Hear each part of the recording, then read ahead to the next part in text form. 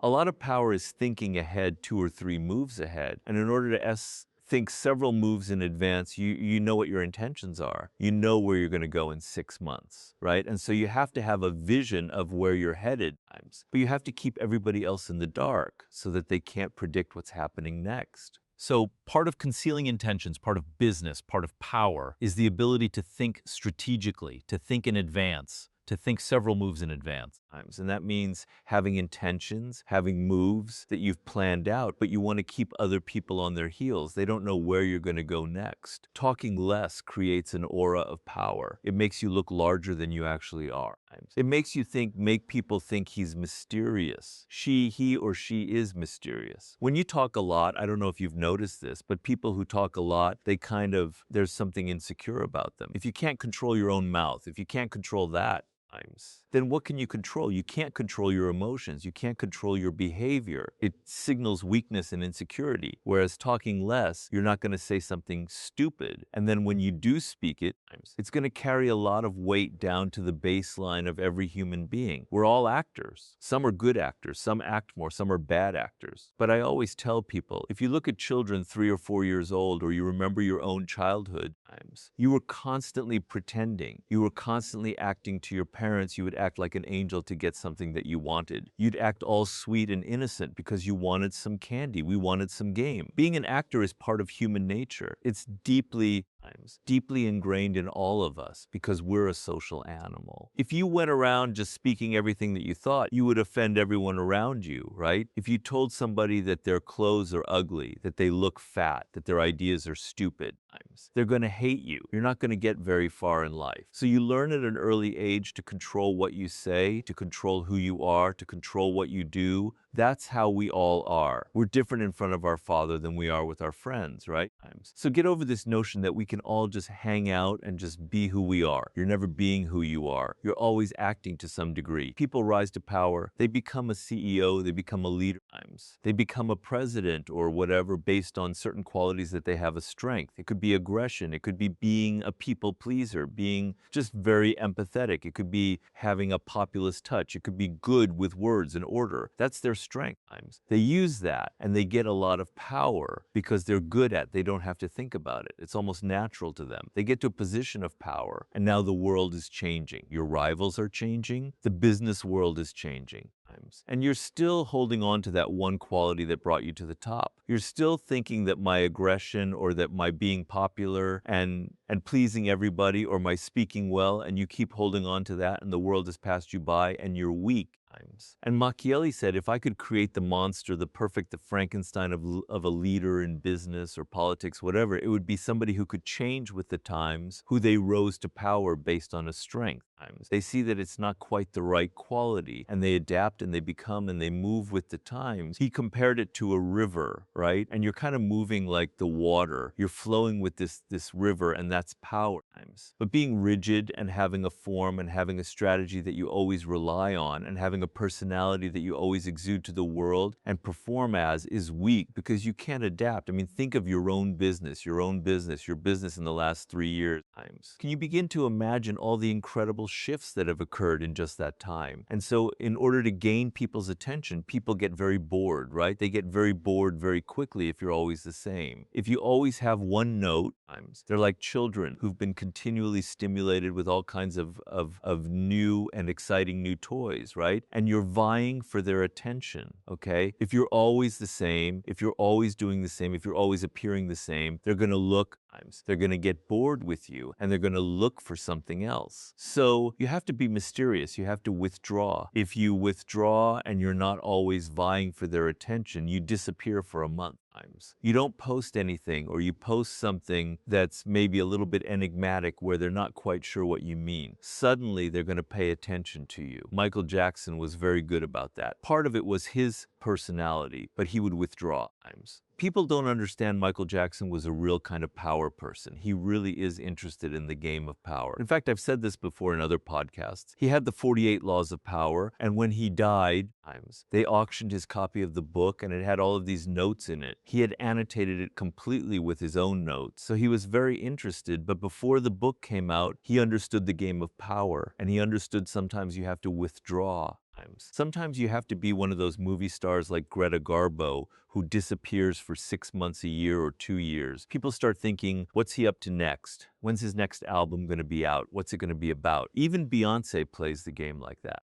So the people these are artists, so it's a little easier. But the game is to sometimes withdraw from that attention cycle where you're always having to be something for other people to take a step back and let them start wondering what happened to you disappear for a while. You have to know the game of absence and presence. Sometimes you have to be absent and sometimes you have to be present. Napoleon Bonaparte said, if I show up at the theater every evening as a spectator, the audience sees me. They start taking me for granted. But if I show up a month later, go, oh, there's Napoleon. Wow. Then I show up the next week, oh, he's coming off. And then I show up 6 months. They don't know when I'm going to show up next times. So they're always having to think about him. So that's sort of the game a little bit, knowing how to this dynamic between absence and presence.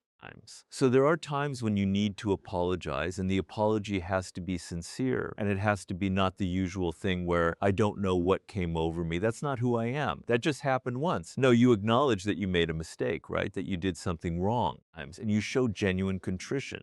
And then a lot of people that were canceled 6 years ago, that's when they were contacting me, or 8 years ago. And I said, show that you're contrition, understand why people reacted against you, give it a little bit of time, and then come back with more or less the same image. But, understanding there are kind of guardrails here. You have to understand that the person above you has an ego and has probably a bigger ego than you do, obviously, because they're powerful. But with an ego comes insecurities, okay? So you must be aware that the person above you has insecurities and probably has more than you do because they're constantly worried. Do people still like me? Am I still doing as well? Am I as popular as I was a year ago? Am I getting as much attention as I deserve? Am I doing a good job? He or she is very insecure. They're thinking about these things all of the time. So what happens is if you try too eagerly to impress them and you do such a good job on some project or something, and then all the attention accrue to you for doing that, then you're going to trigger their insecurities. Wow, this person's getting the attention and not me.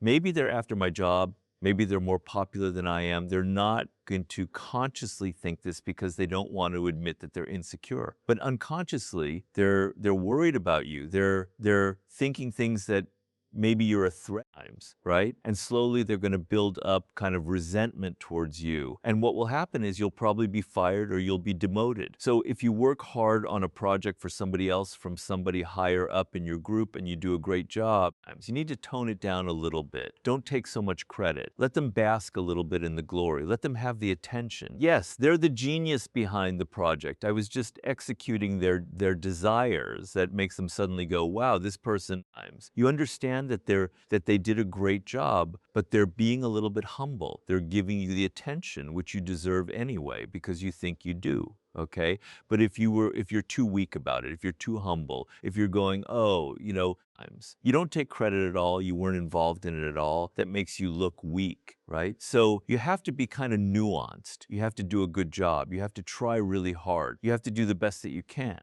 But you got to let the person above you take some of the credit, take some of the glory. Otherwise, they're going to be wondering about you. They're going to be thinking that you think that you're better than them, and you're going to trigger their insecurities. This is the most important law and power that I want you to engrave in your brain right now as you listen to me. And it's the following. Everybody has insecurities and has an ego. And the worst thing you can do for your boss, for your colleagues, for the people underneath you is to violate their ego, to make them feel insecure. You will pay a price for it. They will resent you. They will work against you. They will betray you in the end. So never lose sight that everybody around you has an ego and has insecurities. So law number one is understand that probably they are insecure. Probably you're going to trigger their egos and be a little bit careful. Nothing ever comes free in this world. Nobody ever gives you something free. Nobody gives you anything for free. They're wanting something in return, and it's a trick where they're thinking that if they offer their services for free, you're going to go, okay, that's great, and you're not going to pay attention to the fact that they're after something else from you, right? And so it's always better to pay people and pay them well for their services. So if you're generous with your money, if you show that you're not niggly, you're not a powerful person, feels confident in their wealth, feels confident in their resources, times feel confident in the time that they have. And so they give that generously to other people. Being tight with your money, not wanting to pay your employees well is a terrible, terrible quality, and it will bite you in the end. So I always tell you, maybe you don't give them credit for everything. Maybe you keep them a little bit on their toes, but you pay them well, right? You treat them well. They feel comfortable. They have food. They have an apartment. They have living expenses. Okay? And you don't want to make them feel insecure about that. So being cheap with your money is very, very dangerous. It's a signal of weakness, okay? But on the other hand, when people are offering their services, they come to you saying, I want it for free. I say, forget about that. There's a ploy there.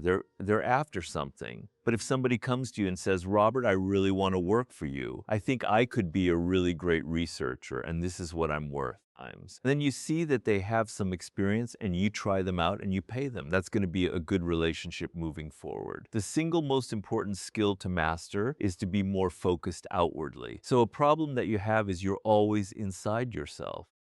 You're always thinking about your needs, your emotions, your problems, things that have happened to you. Do people like me? Am I getting enough attention? That's a deadly, deadly attitude to have in business or in any venture in life, on the world, on the trends, on what other people are thinking. You have to become a master observer of the social game. Being able to read other people's psychology, being able to read and understand the trends that are going on in the world, where the world is going in 5 years.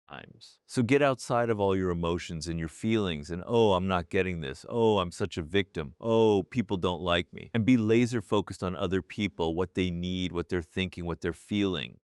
That's like the Achilles skill that you need to develop. You need to think of your 20s, which is by far the best years of your life. Let's get that straight. First of all, it was the best years of my life, right? It's the most exciting. You're young, you look good, you got energy, you dress well probably. I hope the thing that you want from your 20s is you want an apprenticeship, right? You want to learn. You want learning skills. You want to learn skills, solid skills, so that by the time you turn 30, which is the critical turning point in your life. I said the 20s are your most fun. The 30s are the key part of your life, which is my key part, the late 30s. When you're 30, you want to I had fun, I had adventures, I traveled, I dated, I did everything I wanted.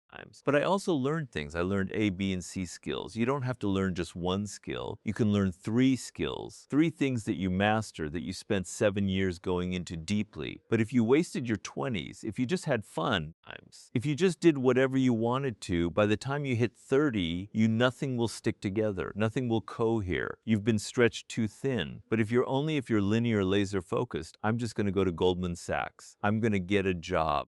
I'm going to get paid $150,000 a year. You're not spreading yourself out. You're not learning enough skills. You're not developing yourself inwardly. Learning a skill is a skill, but learning is a skill. And in order to learn, you have to be able to put up with boredom, frustration, and tedium.